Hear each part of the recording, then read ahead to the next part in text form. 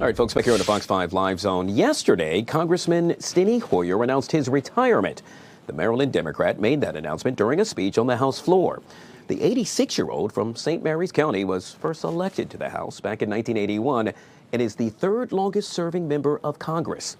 Following word of his retirement, Walter Kirkland, a 30-year Prince George's County resident, founder of the 100 Black Men of Prince George's County, and father of 2 sons, thanked Hoyer for his decades of service to Maryland's 5th Congressional District. He then announced the official launch of his campaign for Congress. I had an opportunity to speak with him yesterday. Kirkland joins us now on the Live Zone. Sir, it is an honor to see you. Thank you so much for joining us. Guys, thank you for what you do, man. I really appreciate you, buddy. I'm Yes, sir. excited. I think I'm excited for Maryland. Go ahead. No, I apologize. I wanted to say that obviously you're excited, and we're going to talk about what you're planning to do as you embark on this congressional campaign. But before we do that, I'm hoping you could describe to our audience what Mr. Hoyer meant to not only you, but the state of Maryland.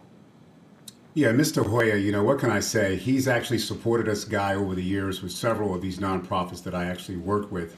And what a incredible man who's done so much in the community. What an ambassador for District 5. And what an honor to work with him. 44 years, guys, been phenomenal. So I'd like to follow that legacy and move to a different direction in a new time. But what a great human being. And I really respect him and I honor him. One of the things that you have already made mention of is that this marks an important transition within the district, yes, giving the district an opportunity to thoughtfully, and I think perhaps that's the key word, thoughtfully prepare for what comes next. Yes. Yeah, I mean, you think about what's happening with Gen Zs and baby boomers and technology.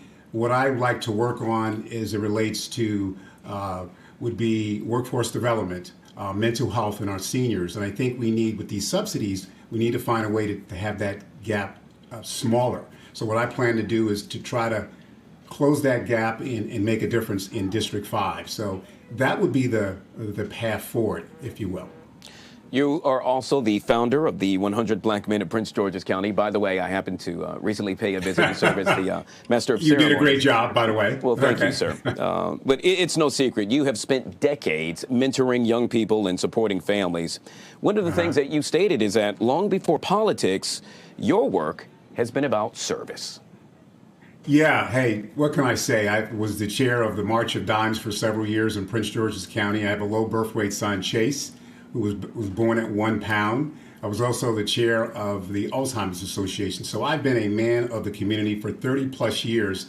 And I think the time is now. I think I've earned the right to take it to a different level. And this is why I think I'm the right candidate for this particular position. Yet again, you have stressed that your campaign is grounded in respect. I absolutely love that because so many folks can relate to that and or understand that. But you also stated that, yes, you will remember those in the past that have served, but in this case, it's also about the future.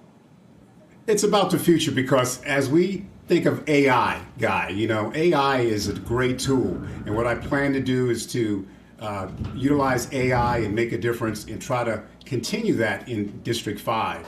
Because I think what happens is if we don't bridge that gap in technology, you get behind the curve. But AI has to be in a very cautious way. And we'll do listening tours in St. Mary's, Calvert County, and Prince George's, Anne Arundel moving forward to try to get that piece together as we move into this AI technology and workforce development, which is critical in District 5. Speaking of workforce development, one of the many things you plan to focus on, but I would argue others would say public safety needs to be looked at, along with mental health, education, and opportunities. Yes. Can you elaborate? Yeah, you know, when I first came down here from New York and we didn't have a chapter here, there was a big incidence of crime here in Prince George's County.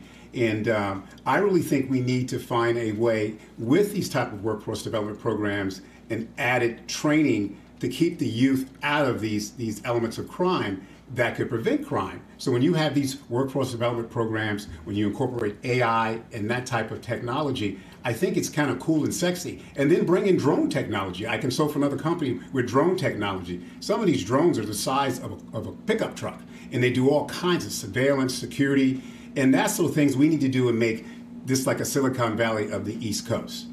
Sir, we'll end with this, and obviously you're a man that's well known throughout this area, but we have to be honest and have to be real as well, as the young folks say, and perhaps folks don't know you. And so with that, I give you the floor as to why one should cast his or her vote for you as you now seek a congressional seat.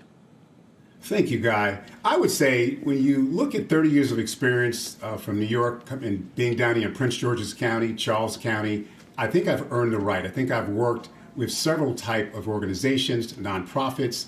I've worked 20 plus years with GE Healthcare, also Honeywell, Xerox, so I can work across the aisle. I think you need to have a person in this position who can work across the aisle. I think I've earned the right.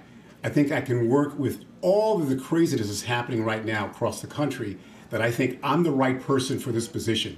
I will also spend time with seniors. We can't sleep on our seniors. I'm a senior myself, Guy, and I think we really need to have listening towards and what's important to them, not to us. And I think that's the difference what I'm going to do. I'm a grassroots kind of guy, and that's what I plan to do, is to go out and do a listening toward all the counties to find out what's really happening in District 5. Yet again, Mr. Walter Kirkland, now seeking Maryland's 5th congressional seat. Always a pleasure to see you, my friend. Thank you so much for joining us on the Live Zone. Keep up the great work. Thank you, sir. All right, folks.